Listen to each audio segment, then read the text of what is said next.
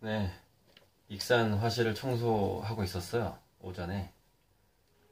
근데 갑자기 이제 일랑 이종상 선생님한테 전화가 왔어요.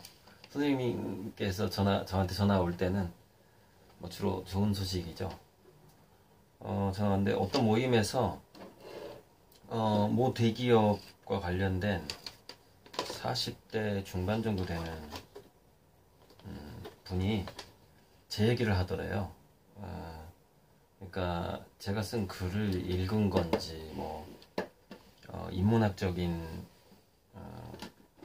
뭐랄까 식견, 소양 뭐 이런 쪽으로 해서 그 사람이 저를 칭찬을 하더래요. 그래서 처음에는 이제 자기 제자라는 걸 얘기 안 하고 이렇게 듣다가 나중에 이제 제자라고 밝히고 이제 저를 좀 띄우려고 그 인문학적인 노력뿐만 아니라 그림도 잘 그린다라고 칭찬을 해줬다고 하더라고요.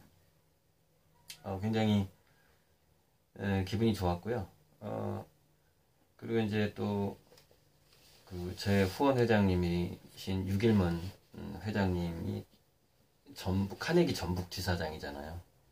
근데 거기에 이제 전라북도에서 조금 잘 나가시는 분들이 이제 모여 있는데 10월 말쯤인가 11월 셋째 주쯤에 제 그림을 주제로 50분간 강의를 해달라는 거예요. 그래서 이제 그 소피아 병원 원장님 두재균 맞을 건데 그분한테 전화가 왔어요. 그래서 제가 제 그림을 주제로 제가 50분간 강의해 본 적이 없어요. 그러니까 나는 왜 이런 그림을 그리고 내가 내 그림이 어떻게 진화해 왔고 이런 이제 얘기를 해야 되는 거죠.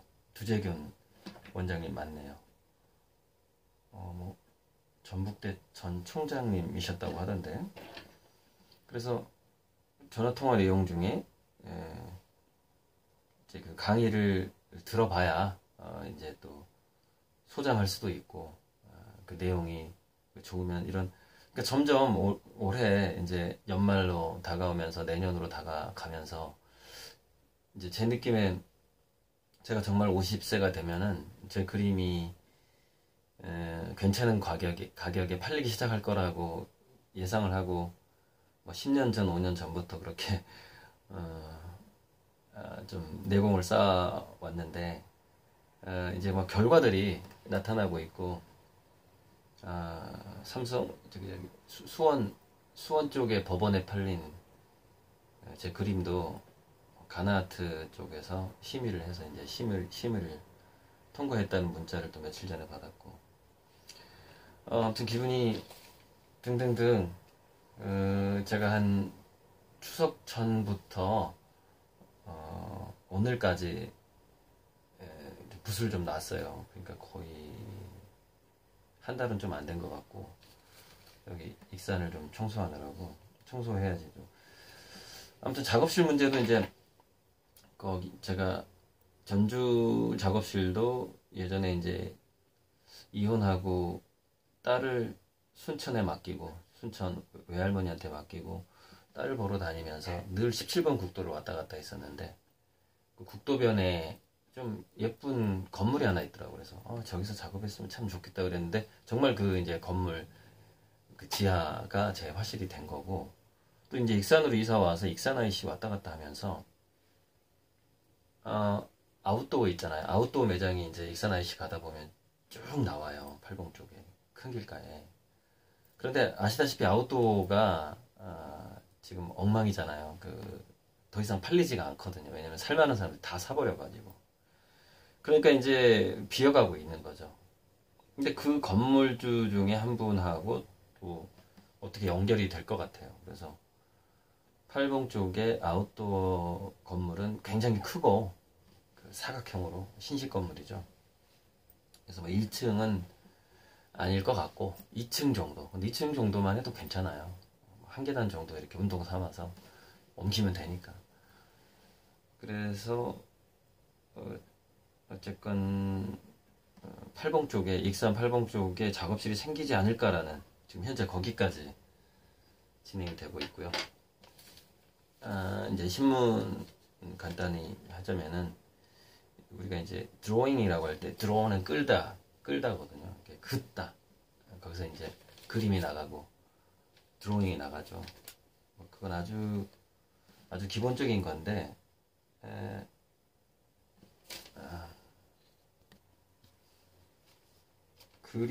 그리워하다라는 게 있잖아요. 그게 고 서정범 경희대 어원 연구를 굉장히 오랫동안 하셨던 분이 있어요. 제가 이분한테 가서 어원 공부를 할까도 고민을 했었어요. 제가 어원 공부에 한참 빠져 있었을 때. 그래서 그리워하다의 그 연모할 연자의 뜻을 가진 그리워하다는 그게 원래 이렇게 중얼중얼거린다, 넋두리하다, 말이라는 데서 나갔다라는 거죠. 그래서 지금 얼른 생각은 안 나는데 눈물이 글썽글썽 할 때 글도 있고 뭔가 이글이글거리다 할 때 글도 있고 그러니까 누군가를 계속 생각하게 되면은 그 사람의 이름을 부른다거나 그 사람 얘기를 한다거나 하게 되잖아요. 그래서 이 부분은 나중에 좀 제가 더 연구를 해봐야 되는데 그리워하다의 그 글은 원래는 말이라는 뜻이다. 소리. 이렇게 뭔가 발음을 한다라는 그런 뜻이다. 라는 게 나와 있어서 자, 이재명 지사의 사필 규정을 믿는다. 이 부분은 좀 재밌어요. 이 친정 민주당은 침묵 별로 반기지 않는다. 이재명 지사가 잘 되는 거에 있어서. 그러니까 이거는 그러니까 제가 룰라 대통령 많이 생각했거든요. 이재명 지사 할 때.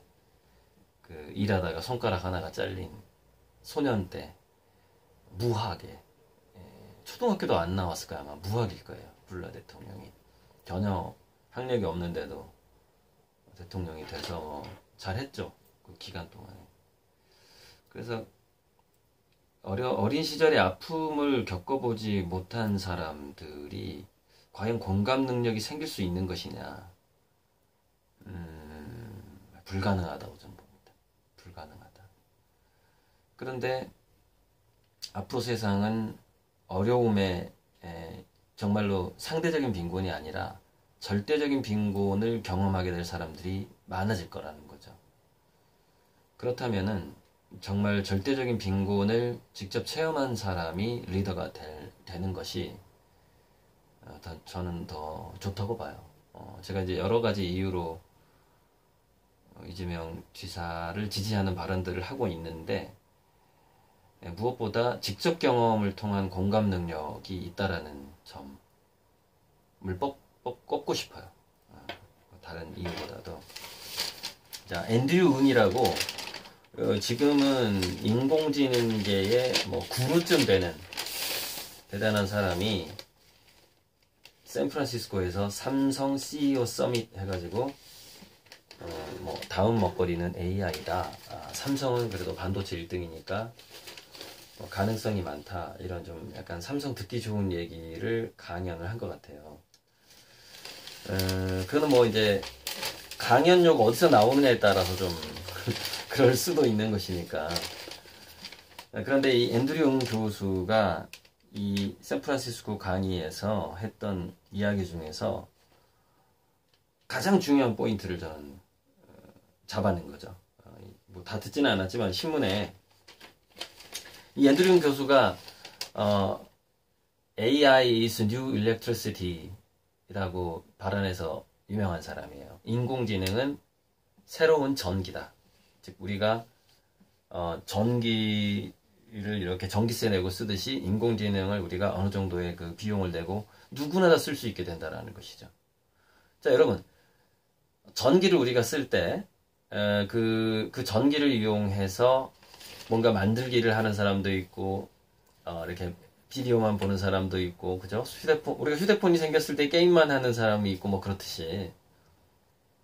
그러니까 이제 미래 사회는 그런 거예요. 뭐 자동차는 바퀴 달린 휴대폰이다. 로봇은 팔다리가 달린 휴대폰이다. 근데 그 휴대폰의 핵심은 뭐냐? 인공지능이다. 뭐 이런 거예요. 다가오는 4차 산업혁명이라는 것은. 그런데 이 앤드류 웅이 이 얼마 전 강의에서 앤드류 웅이 현재 스탠포드 대학의 겸임 교수로 있는 어쨌건 샌프란시스코의 삼성 개발자 회의에서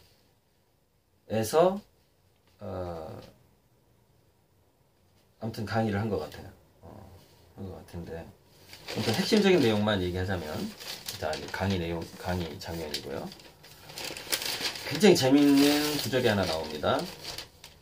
앤드류 교수의 말이 인간이 1초 만에 인지할 수 있는 것들은 이제 대부분 자동화될 수 있을 것이다. 근데 이게 이렇게 받아들이시면 돼요. 짧은 시간, 몇 초, 몇 분, 짧은 시간에 우리가 뭔가를 생각한다는 건 좀 반응적이라고 보통 얘기를 하죠. 그리고 긴 생각이 필요 없는 것들. 그리고 순발력, 임기응변 뭐 이런 것들이죠. 인간이 뭔가 짧은 시간 생각하고 대응하는 것들. 우리가 뭔가 제조 만들기라는 것도 만들기는 짧은 시간 생각할 필요도 없죠. 짧은 시간 배운 다음에 그걸 반복하기만 하는 거죠. 생각 자체가 없이 돌아가기도 하죠. 그런 것들부터 시작해서 그러니까 그거는 더 짧은 시간 생각을 하게 되는 거죠. 근데 우리가 매일매일 살아가면서 사람들을 대응할 때 순간순간 짧은 생각들로 대응하는 경우가 많죠. 그런 것들이 다 인공지능으로 넘어간다는 거예요. 이게 무슨 얘기냐면은 자 반대로 이 말을 반대로 생각해 보면은 앞으로는 뭔가 인간이 길게 생각해 왔던 것 또는 오랫동안 체험해 왔던 것 아니면 다 인공지능한테 넘어간다. 이렇게 생각하면 맞는 것이죠. 그 부분을 앤드류 용의 강의에서 굉장히 중요한 핵심 포인트가 이렇게 보여지고요. 오늘은 제가 새로 어제 제가 경기신문 칼럼을 썼어야 했는데 좀 청소하고 뭐 하느라고 피곤해서 못했고 두뇌 사용 설명서라는 책 후반부에 제가 4차 산업혁명 시대를 대비해서 이 후반부 쪽에다가 그러니까 이거 두뇌 사용 설명서 책 후반부에다가 예술의 중요성에 대해서 쭉 썼어요. 그래서 뭐 이 예술의 중요성에 대해서 쓴 글을 그다음에 스티브 잡스의 인문학의 뭐 본질 이런 거에 대해서 쭉 뒷부분에 썼는데 이 중에서 하나 골라내서 칼럼으로 보낼 생각이에요. 자, 다음은 유시민 작가가 노무현 재단 이사장에 취임을 했다. 근데 제가 이제 최상편 그분이죠. 그분 채널에서 유시민 작가를 비판하는 강의를 듣고서 이제 점점 마음에 안 들기 시작했어요. 마음에 안 들기 시작했는데 그리고 왜 이해생각 그분도 유시민 조심해야 된다 이런 얘기를 하고 있죠. 그런데 사진이 이렇게 나왔어요. 무슨 얘기냐면 노무현 전 대통령의 사진을 바라보고 있는데 이제 양쪽 코주머니에 손을 넣고 내려보면서 이렇게 웃는 사진이 왜 의도적으로 이런 거를 찍었을까? 한겨레 신문인데 제가 이 유인촌 얘기 하려다가 유시민 작가의 이 모습을 딱 보는 순간 굉장히 오래전 제 기억이 났어요. 제가 가끔 이제 국립묘지 아버님 묘소에 가끔 가는데 뭐 힘들 때 가기도 하고 좋은 일 있을 때 가기도 하고 근데 어느 날 갔는데 거기에 이렇게 좀 취재진하고 유인촌 배우 예전에 그 장관도 있었죠. 그분이 장관 하기 전에 아직 그때 역사 스페셜 할 때쯤이었나 거기 왔는데 거기서 이렇게 얘기를 나누고 있는데 이게 비슷한 포즈로 이렇게 주머니에다가 손을 넣고 그 묘지에 가면 표지석이라고 있어요. 거기 시도 적혀 있고 이제 그 돌아가신 분의 자녀의 이름이 옆에 적혀 있고 그래요. 그 표지석 위에 구두를 신고 올라가서 예전에 어떤 정치인이 술을 따르다가 참배하다가 표지석에 한 발을 딱 올려가지고 그게 신문에 사진 찍혀가지고 아주 난리가 난 적이 있었어요. 몰상식하다고. 그런데 그게 아니라 아예 표지석 위에 두 발을 딛고 올라서서 호주머니에 이렇게 주머니에 손을 넣고 양손을 넣고 또 빼면 이렇게 팔짱을 끼고 넣고 이렇게 하면서 살짝 추운 때였는데 표지석 위에 아예 올라가서 그 묘비 위에 엉덩이를 걸쳐 앉아서 이렇게 있는 거예요. 그 유인춘 씨가. 그래서 저는 이제 아버님 묘소에 참배하러 갔는데 바로 거의 10m 옆에서 그러고 있는 거예요. 10m, 15m 옆에서. 같은 묘역에서. 그래서 지금 뭐 한마디 할 수도 없고 이제 거기 사람들이 많고 대화 중이니까 그때가 제가 대학생이었나 아무튼 그래서 뭐 아버님이 절하고 그냥 왔는데 그 충격적인 그 장면을 잊을 수가 없는 거예요. 그러니까 저는 아버님 묘소에 와서 이렇게 했는데 그 위에 올라가서 이렇게 팔짱 끼고 이렇게 엉덩이 이렇게 있으니 어린애는 키가 작으니 그렇게 할 수가 없죠. 어린애도 아니고 그래서 굉장히 충격적이었어요. 그렇게 할 수 있다는 게 물론 제가 고정관념이 예술가임에도 불구하고 이런 쪽에서 너무 고정관념이 있는 거 아니냐. 묘비는 묘비고 예전에 그 불교 스토리 중에 보면은 추우니까 그 나무로 된 부처님을 쪼개가지고 불을 떼라 이런 스님도 있었다. 예전에는 다 알아요. 그런 얘기 다 아는데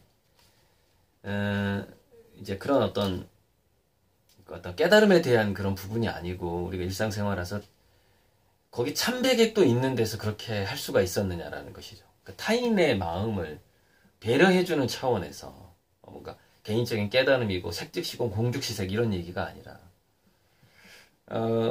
그 장면이 싹 스쳐 지나가는 거예요. 유시민 작가의 이 사진을 보니까 같은 또 유씨여가지고 유인촌하고 이렇게 주머니에 손을 넣고 노무현 대통령 사진을 내려다보면서 웃고 있는 이 사진이